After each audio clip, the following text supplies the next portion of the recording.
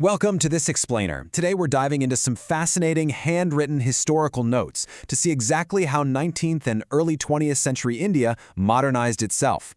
If you've ever wondered where the roots of modern South Asian social equality actually lie, well, this is where it all started. It wasn't just a single overnight event. We're talking about a massive, complex wave of change that crossed regional and religious boundaries and radically shifted the social fabric of the entire subcontinent. Let's jump right in with this striking quote captured in our notes. Swami Vivekananda proclaimed, "For our vast motherland, Hinduism and Islam are only hope." It perfectly sets the stage for our journey today, showing us how early thinkers were desperately seeking unity and hope during a time of immense and honestly sometimes chaotic social transformation. To make sense of all this dense history, we're going to organize these notes into 5 key movements: early pioneers, spiritualism and nationalism, the anti-caste crusades, Muslim reform, and finally, Parsi and Sikh reforms. Let's get to it. Starting us off is Section 1, Early Pioneers of Progress. Here we have our first wave of visionary individuals, people who literally dared to challenge the long-standing status quo, especially when it came to education and the treatment of women. Take Henry Vivian Derozio, for example. He was a teacher at the Hindu College in Calcutta and the absolute driving force behind the progressive Young Bengal movement. Then there's Ishwar Chandra Vidyasagar. This is a man who metaphorically and literally opened doors for countless individuals across Indian society. And you know, these localized efforts didn't just stay in the classroom. They sparked massive legislative victories. Reformers pushed the British government hard to enact laws that fundamentally changed societal practices. For instance, in 1856, Vidyasagar's immense persuasion actually led to the passing of the Widow Remarriage Act. Fast forward to 1891, the tireless work of reformer Baramji Malabari gave us the Age of Consent Act, and that was despite some incredibly fierce opposition from traditionalists like Bal Gangadhar Tilak. Speaking of Vidyasagar, his personal impact was just staggering.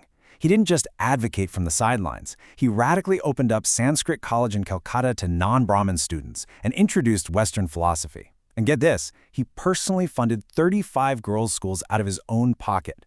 It just brilliantly illustrates how one deeply committed person can spark real systemic change. Moving right along to Section 2, Spiritualism meets Nationalism. Now we start seeing a deep spiritual awakening weave itself right into the fabric of a brand new national identity. The core of this movement can really be summed up by this simple yet profound slogan recorded in our notes: "Service of man is service of God." That was spoken by Ramakrishna Paramhansa, a priest at the Dakshineshwar Temple in Calcutta. He basically grounded spirituality deeply in humanism, setting up a completely new moral compass for the era. And his most famous disciple took that humanism global. Swami Vivekananda championed thoughts that were secular, socialist, and nationalist. He proudly presented Hindu culture to the entire world at the 1893 World Parliament of Religions over in Chicago. By 1897, he had established the Ramakrishna Mission, a massive charitable organization, ultimately earning the title of the father of modern nationalism. Meanwhile, the Theosophical Society was making some serious waves of its own. Surprisingly, this group, which was dedicated to studying ancient world cultures, was actually founded in New York. It was started by an American, Henry Olcott, and a Russian, Madame Blavatsky. They eventually moved their headquarters all the way to Adyar, near Madras, to actively promote universal brotherhood. This society attracted some fascinating folks, like the British socialist Annie Besant. She joined specifically to study the Hindu religion and revive Vedic rituals. But she certainly didn't stop at just studying. She took incredible action and established the Central Hindu College of Benares. That institution was later developed by modern Mohan Malviya into the highly prestigious Benares Hindu University. All right, Section 3, the Anti-Caste Crusades. Shifting gears here, we see a fierce, parallel pushback against entrenched social hierarchies. I'm talking about a massive grassroots crusade spanning huge geographic regions, from Kerala in the deep south all the way up through Maharashtra. This pushback against Brahminical dominance was expansive and incredibly organized. Down south, reformers were taking some really radical and necessary steps. In Kerala, Narayana Guru led the Eshava movement, fighting fiercely for temple entry rights for lower castes. Over in Tamil Nadu, E.V. Ramasamy Naikar, popularly known as Periyar, started the self-respect movement. To really drive his point home, Periyar took the radical step of completely discarding ancient religious texts like the Ramayana and Manusmriti to champion the Dravidian movement through his weekly newspaper, Kudi Arasu. Up in Maharashtra, we see the staggering team effort of Mahatma Jyotiba Phule and his wife, Savitribai. Together, they started a school for girls in Pune. Much like Periyar, Phule actively rejected ancient religious texts that he found highly discriminatory. He was constantly organizing, publishing the book Gulamgiri to highlight the plight of the lower castes, and in 1873 he established the Saptashodak Samaj to fight for absolute social truth and equality. That brings us to Section 4, Muslim Reform and Revival. Just like in other communities, the Muslim community was experiencing some really intense internal ideological battles, with leaders envisioning vastly different futures. As you can see from the notes, two entirely distinct approaches emerged in the late 19th century on exactly how Islamic reform should be achieved. On the one hand, you have the Deoband movement, which started in 1866 as a strict revivalist push. They advocated massive opposition to Western culture and the English language, maintaining that the Quran is the only original text. Yet, interestingly enough, they totally supported Indian nationalism and the Indian National Congress. On the flip side, the Aligarh Movement, started in 1875 by Sir Syed Ahmad Khan, took a reformist path. He advocated for Western education, opposed the Parda system, and demanded political and economic rights for Muslim women. His movement actually opposed the establishment of the INC and culminated in what we now know as the Aligarh Muslim University.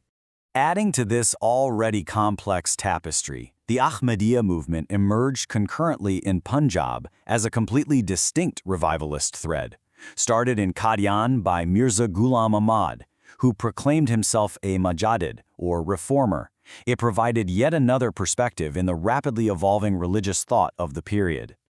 And for our final section, number 5, Parsi and Sikh transformations. In the Parsi community, the fight for reform heavily targeted the Parda system.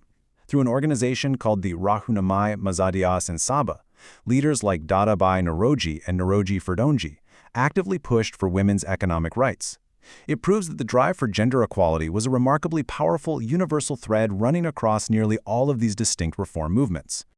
Finally, we turn to the Sikh community, where reform fundamentally meant reclaiming their sacred spaces. A massive movement rose up to address deeply rooted corruption in the management of their temples. And this reclamation was a rapid escalation. Following the tragic 1919 Jallianwala Bagh incident, corrupt hereditary priests known as Udasi Mahants actually felicitated, yes, congratulated the British official Michael O'Dwyer. This shocking collaboration fueled immense anger, giving rise to the Akali Dal movement in the 1920s to demand immediate reform and oust those collaborators entirely.